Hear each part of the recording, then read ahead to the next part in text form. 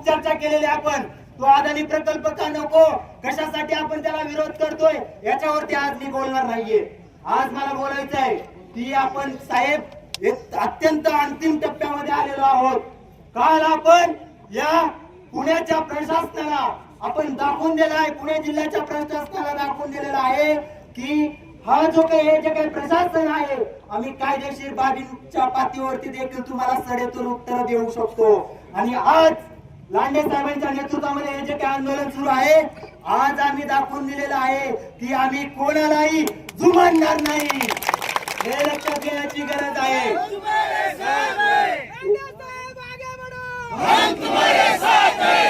21 तारीख मला विनंती करायची आपल्याला सगळ्यांना. 21 तारीख अत्यंत जवळ आलेली आहे. काल आपण एक दणका दिला, आज हा दुसरा दणका आपण दिलेला आहे. परंतु यांच्या शेवपेटीवरती आपल्याला शेवटचा खेळ ठोकायचा आहे. आणि तो शेवपेटीवरचा खेळ 17 तारखेला पुण्यामध्ये जे काही आंदोलन होणार आहे, त्याच्यामध्ये आपण तो शेवपेटीवरती त्यांचा खेळ ठोकणार आहोत. 17 तारखेचं जे आंदोलन आहे, त्या 17 तारखेच्या आंदोलनामध्ये आपण ज्या पद्धतीने त्यांना उत्तर देणार आहोत, मला पोलीस प्रशासनाला पण एक विनंती करायची आहे. आजच्या आंदोलनाचा रिपोर्ट तुम्ही पहिल्यांदा पुण्यातल्या सगळ्या पोलीस प्रशासनाला करा. आजच्या आंदोलनाचं, लांडे साहेब, आजच्या आंदोलनाचं रिपोर्टिंग करा. जर आज यांना कसं समजत नाही सरपंच मॅडम, मला कळत नाहीये, इतका उद्रेक होतोय. लोक गाडवा आणली नाही म्हणून रस्त्यावरती येऊन बसली. मग या गाडवांचा जो काही अदानीचा प्रोजेक्ट आहे, तो जर तुम्ही आणायला लागले तर आम्ही तुमच्या कार्यालयामध्ये घुसल्याशिवाय राहणार नाही, लक्षात घ्या. ज्या महाराष्ट्र प्रदूषण नियंत्रण मंडळानं ही जनसुनावणी आतुरतेत लावलेली आहे ना, त्याच्या समोर आपण उपोषण करतोय. माझी विनंती आपल्याला, तुम्ही असाल, विद्यमान आमदार साहेब असाल, लांडे साहेब असतील, आपल्या तालुक्यातले तमाम जे नेते मंडळी आहेत, आम्ही आपल्या या सगळ्या नेते मंडळींच्या नेतृत्वाखाली लढायला तयार आहोत. परंतु आपली एकजूट अत्यंत महत्वाची आहे. बाकीच्या गोष्टींवरती आपण नंतर बोलू. बाकीचे बरेचसे मुद्दे असतील, वादाचे मुद्दे असतील साहेब, आपण त्याच्यावरती नंतर बोलू. परंतु अदानी प्रकल्प हा एकमेव मुद्दा आहे.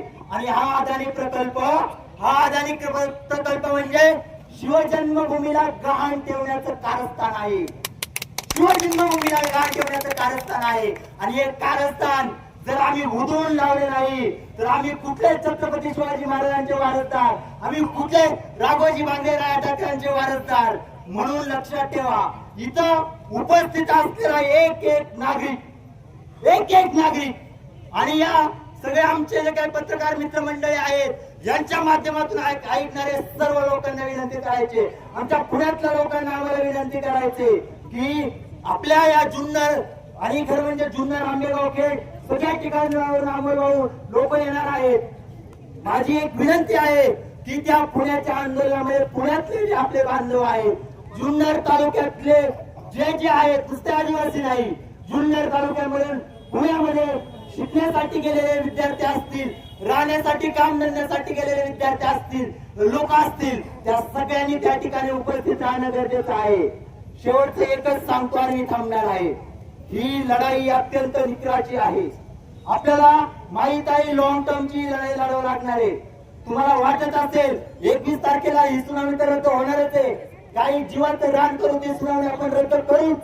परंतु सुनावणी रद्द केल्याच्या नंतर सुद्धा हे गनिमी पद्धतीनं आपल्याला नेस्तनाबूत करण्याचं कारस्थान करतील, आपल्या गावांच्या जमिनी बळकवण्याचं ते काम करतील.